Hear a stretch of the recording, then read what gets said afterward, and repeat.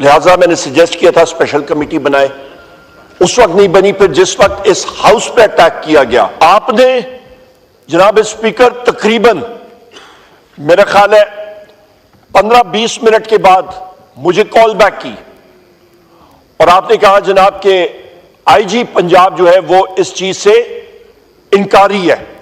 मैंने कहा जनाब स्पीकर झूठ बोल रहे हैं, और आपने फिर कहा कि मैं इसकी तह तक जाऊंगा। फजर के टाइम का तकरीबन 5:15 साढ़े 5 बजे आपका मैसेज मेरे फोन पे आया हुआ था जनाब स्पीकर, और मैंने आपका शुक्रिया अदा किया। आपने कहा वो घर पहुंच गई हैं। जनाब स्पीकर, यहां पे इस वक्त जो हालात बने हुए हैं, ज़ैन कुरैशी साहब की अहलिया का क्या काम सियासत से? वो इन्वॉल्व ही नहीं है, वो घरेलू खातून है, उनकी छोटी छोटी बच्ची हैं 2। उनके वालिद साहब मखदूम शाह महमूद कुरैशी साहब कॉलीग रह चुके हैं राजा साहब के और नवीद कमर साहब के।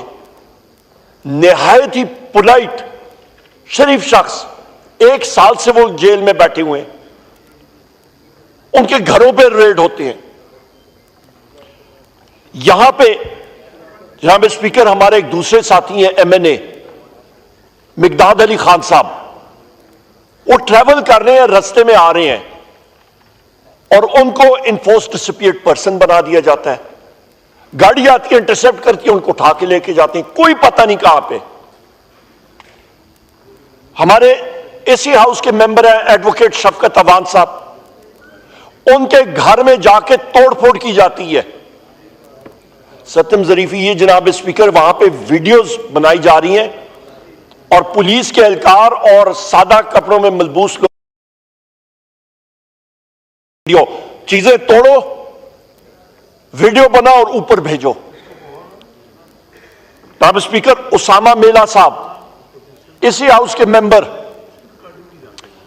उनके वालिद साहब हमारे साथ मेंबर रह चुके हैं, अल्लाह ताला उनका दूसरा जान गुलजार करे। जनाब स्पीकर, उनके घर पे उनका बिजनेस टोटली बंद कर दिया गया है। रियाज फत्याना साहब की, वो इस हाउस के मेंबर हैं, उनकी अहलिया भी सूबाई असेंबली की मेंबर है, उनके बेटे को इन्फोर्स्ड डिसअपियर्ड पर्सन बनाया गया 2 बार। जनाब स्पीकर, हमारे साथी हैं वजीर आजम इमरान खान साहब के एडवोकेट हैं इंतजार पंजोता साहब, इन्फोर्स्ड डिसअपियर्ड पर्सन, 8वां दिन है, कोई पता। जनाब स्पीकर, सबसे बड़ी बात यह है कि इस वक्त आप यह देखें कि वजीर आजम इमरान खान साहब बानी चेयरमैन है हमारे पार्टी के, मशवरा करना पड़ता है, हुकूमत उन तक एक्सेस नहीं देती है, हुकूमत के पास नंबर्स है नहीं, डंडा लेके केसेस बोगस में मुलव्वस करना, लोगों को ज़दकोप करना। आज भी साईं खुर्शीद शाह साहब यहां पे मौजूद हैं, ये स्पेशल कमेटी के हेड है। मैंने कमेटी मीटिंग से पहले भी खुर्शीद शाह साहब को यही बात, सारी दास्तान सुनाई, और इन्होंने बड़े तहम्मुल से कमेटी में भी बात हमें करने दी और इन्होंने सुनी भी। तकरीबन 8वां हमारा सेशन आज हुआ कमेटी का। हुकूमत ने जाके अल्लाह अल्लाह करके परसों जो है सबसे पहले ड्राफ्ट अपना दिया, उसके ऊपर भी मैं आता हूं। पर जनाब स्पीकर, बात यह है कि मैंने वहां पे भी चेयर से, यानी कि खुर्शीद शाह साहब के जरिए, गवर्नमेंट के जो लॉ मिनिस्टर हैं आजम तारड़ साहब यहां पे मौजूद नहीं है, उनसे मैंने पूछा, मैंने कहा लॉ मिनिस्टर साहब, ये सारा कुछ जो हो रहा है या आप खुद करा रहे हैं, इसके जिम्मेदार शहबाज शरीफ है और मुस्लिम लीग नून की गवर्नमेंट है, और ये आप डिनाई कर रहे हैं कि आप लोगों की लॉयल्टीज को चेंज करने के लिए इस वक्त, ये जुनैद अकबर खान साहब अभी थोड़ी देर पहले यहां पे थे, इन्होंने मीडिया में यह बात की है, ऑफर्स लग रही हैं 1-1 अरब रुपए की जनाब स्पीकर, और यह कि दुनिया के किसी जगह में किसी करेंसी में पाकिस्तान में चाहिए या बाहर आपको नकद अमाउंट दे सकते हैं। ये हालात है इस वक्त, ये शेमफुल हालात नहीं तो और क्या। डेमोक्रेसी फॉर सेल, यहां पे कहीं पे बाहर एक निशान ले दें, लगा दें, लूट सेल। जब ये हालात होते हैं जनाब स्पीकर, क्या हम माजी से ये नहीं सीखते? 25 साल से ज्यादा मेरे अमली सियासत में हुए हैं, वालिद साहब के साथ रहा हूं, बाकी देखें आपके जनाब स्पीकर, हमारे सारे साथी यहां पे मौजूद हैं। क्या हम लोग अभी तक नहीं सीख रहे? और वो लिमिट्स, एक लिमिट होती थी, वो लिमिट्स जो है वो पार कर दी गई हैं, तहस नहस करके रख दी है। जब लोगों के घरों में आप जाके, मैं तो उसको दहशतगर्दी कहूंगा, दहशतगर्दी से कम तो है नहीं। मतलब ये हालात है, इंसान के रोंडे खड़े हो जाते हैं कि क्या ये लोग जो कर रहे हैं, या हमें क्लियर कट बताया जाए, या लॉ मिनिस्टर आके यहां पे बोले और कहे कि या वो इस चीज का इतराफ करें कि वो कर रहे हैं या कोई और कर रहा है। और या अल्हम्दुलिल्लाह 8 फरवरी को भी नहीं हुए, उठ खड़े हुए और उठ खड़े रहेंगे इंशाल्लाह। वजीर आजम इमरान खान इस हाउस का इंशाल्लाह वजीर आजम बनेगा, ये आप याद रखिएगा। जी थैंक यू जनाब स्पीकर, मैं बात अभी मुकम्मल कर लूं जी, आखिरी 2-3 मिनट मुझे दीजिएगा। जनाब स्पीकर, ये आईनी तरमीम के हवाले से अभी मैं आपको फैक्ट्स एंड फिगर्स बताता हूं। 18वीं तरमीम जिस वक्त हुई थी, यहीं पे 18वीं तरमीम में इन साथियों ने पार्टिसिपेट किया था। तकरीबन 102 तरामीम थी और उसमें जनाब स्पीकर 9 से 10 महीने लगे थे। हुकूमत का एक उड़ता उड़ता ड्राफ्ट जो आया, उसका जनाब स्पीकर पहला ड्राफ्ट आया, उस पर 62 अमेंडमेंट्स आर्टिकल्स में, उसके बाद 56 और आज जो आया है उस पर 23 है। और चाहते क्या है ये कि बजाय उस पे कि कमेटी जो है वो अपना माइंड अप्लाई करे कि वो तेज गाम लगा के घंटों में उसको पास करें। ये स्पेशल कमेटी जनाब स्पीकर, मैं फिर रिपीट करता हूं, खुर्शीद शाह साहब हेड कर रहे हैं और इसका काम है, जो अभी मैंने आपको ये सारे केसेस बताए हैं जो हमारे मेंबर्स के साथ हो रहे हैं,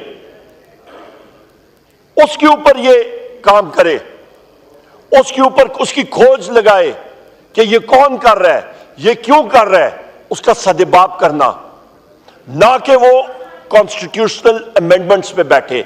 कॉन्स्टिट्यूशनल अमेंडमेंट्स पे बात करना या डिलिब्रेशन एक सेपरेट कौमी असेंबली की standing committee on law and justice मौजूद है, वहां पे वो बातचीत करें। और यहां पे जनाब स्पीकर इस चीज को पुश करना जल्दी किस चीज की है, इस आइन साजी के एक एक चीज पे आने वाली कई नस्लें जो हैं वो मुतासर होती हैं। जल्दबाजी किसकी, 2 महीने लगा ले, 3 महीने लगा ले। कौन सा फाइनेंस बिल है कि आपने बजट का जो फाइनेंस बिल है कि आपका कट ऑफ डेट है 30 जून के बाद आपका बजट ना अप्रूव हो तो तनख्वाहें लोगों को नहीं मिलेंगी। ऐसी कोई चीज नहीं है जो इंपैक्ट करती है। आप अंदाजा ये लगा लें जनाब स्पीकर कि आपका कॉन्स्टिट्यूशनल कोर्ट्स के ऊपर यह चर्चा चला था सुप्रीम कोर्ट में कि जी हम लोग ये बनाना चाहते हैं कि आपका 60,000 केसेस पेंडिंग है टोटल। बैरिस्टर गौर साहब ने चेक कराया था, मेरा ख्याल है कितने केसेस थे बैरिस्टर साहब कॉन्स्टिट्यूशनल? 148 कॉन्स्टिट्यूशनल केसेस पेंडिंग है सुप्रीम कोर्ट में, 148। तो 60,000 से एक तो 148 आप मिन्हा कर लें, उसके लिए एक पूरी आप कोर्ट बनाना चाह रहे थे। ये किसको डिसीव करना चाह रहे हैं जनाब स्पीकर कि जी बड़ा जरूरी है, हमें बताया गया कि आईनी कोर्ट, आईनी अदालत बनेगी, उस पे केसेस सुने जाएंगे और दूध और शहद की नदियां बह जाएंगी पाकिस्तान में।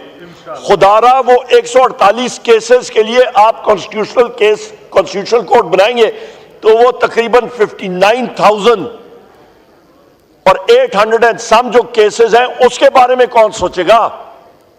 उसके बारे में कोई आईनी तरमीम नहीं है, उसके बारे में कोई आप जुडिशरी को एम्पावर नहीं कर रहे हैं, आप प्रोविंशियल हाई कोर्ट्स को नहीं एम्पावर कर रहे हैं, नहीं, उसके बारे में कोई सोच नहीं। सोच है एक नैरो फोकस के साथ, और वो इनके मेंबरान को भी नहीं पता क्या हो रहा है। जब हम लोग उस कमेटी में बैठ के बात करते थे, हम लोग पूछते थे, तो उनके पास जनाब स्पीकर कोई सवाल ही नहीं होता था। आए बारिशाएं होती रही है, कोई मसवदा, कोई चीज नहीं।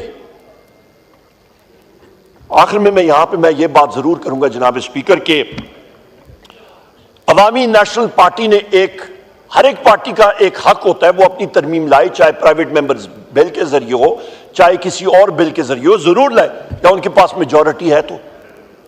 उन्होंने खैबर पख्तूनख्वा जिससे मेरा ताल्लुक है, और यहां पे हम लोग 3-4 लोग यहां पे मौजूद हैं, और भी साथी हैं यहां पे, गवर्नमेंट के ट्रेजरी के बेंचेस के साथी हैं, यहां पे जनाब वाला वो नाम खैबर पख्तूनख्वा का एक बार फिर तब्दील करना चाहते हैं। उससे हम नहीं एग्रीमेंट में, और मुझे अक्रॉस द बोर्ड, मुझे खुद पीएमएल-एन के मेंबर्स ने कॉल की, मुझे पीपल्स पार्टी के लोगों ने कॉल की, और उन्होंने कहा पीटीआई का तो हमारा है ही है, उन्होंने कहा उमर अयूब ये बात आपने जरूर उठानी है, और वहां पे मैंने ये बात उठाई है उस कमेटी में, मैंने उस पर आज पब्लिक स्टेटमेंट भी दी है। खुदारा या अवामी नेशनल पार्टी के लीडर और वो लोग अपनी विलेज काउंसिल की सीट भी नहीं जीत सकते हैं, तो आपकी डूबती हुई सियासत आप ऐसी गिमिक्री के साथ आप नहीं कर सकते हैं। खैबर एक हिस्सा है केपीके का, खैबर पख्तूनख्वा का, और सारी जगह जो है, डेरा जात, डेरा इस्माइल खान, चित्राल, हजारा, सारों की रिप्रेजेंटेशन है। खुदारा डिवाइसिव ना बने, इंक्लूसिव बने। इंक्लूसिवनेस होगी तो मुल्क आगे चलेगा। आखिर में जनाब स्पीकर मैं यही बात करूंगा कि जो केसेस हमारे लोगों पे, जो इस फैशिस्ट गवर्नमेंट बना रही है, जो वजीर आजम इमरान खान साहब को जिस तरह जेल में गलत फिक्टिशियस केसेस में लगा के मुब्तला करके उनको रखा हुआ है, इसको हम लोग कंडेम करते हैं। और इस मुल्क की यहां पे सिर्फ एक तरीकाकार है, ये मुल्क तरक्की करेगा वो सिर्फ और सिर्फ तब करेगा जिस वक्त पाकिस्तान में रूल ऑफ लॉ होगा। मुख्तलिफ डेलीगेशंस आए, सारों ने एक ही बात की है, इनफॉर्मली हमसे आउटरीच करते हैं, बातचीत करते हैं, और उन्होंने गवर्नमेंट को भी कहा ये प्रिंट मीडिया को अरबों रुपए के इश्तेहारात दे दें, जो मर्जी है दे दें, इश्तेहारात से या SIFC से या DIFC से इन्वेस्टमेंट नहीं आएगी। एक चीज से इन्वेस्टमेंट आएगी, आइन और कानून की बालादस्ती। और आइन और कानून की बालादस्ती जनाब स्पीकर तब आएगी जिस वक्त आप आइन और कानून के दायराकार में रहते हुए कोई भी आइन साजी करना चाहें तो उसके अंदर रह के करें, ना कि आप स्टेट के औजार। मैं फिर आर्टिकल आपको पढ़ के सुना देता हूं जहां पे स्टेट की डेफिनेशन, आखिर में मैं बात करूंगा रियासत होती क्या चीज है।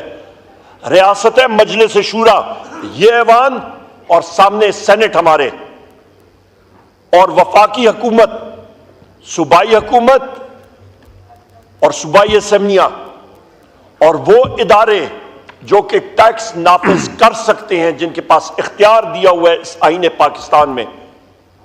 बाकी जितने इदारे हैं, चाहे वो आपकी रेंजर्स हो, चाहे आपकी पुलिस फोर्स हो, चाहे आपकी एंटी नारकोटिक्स फोर्स हो, चाहे आपकी मुसल्लह फौज हो, चाहे आपकी इंटेलिजेंस एजेंसीज हो,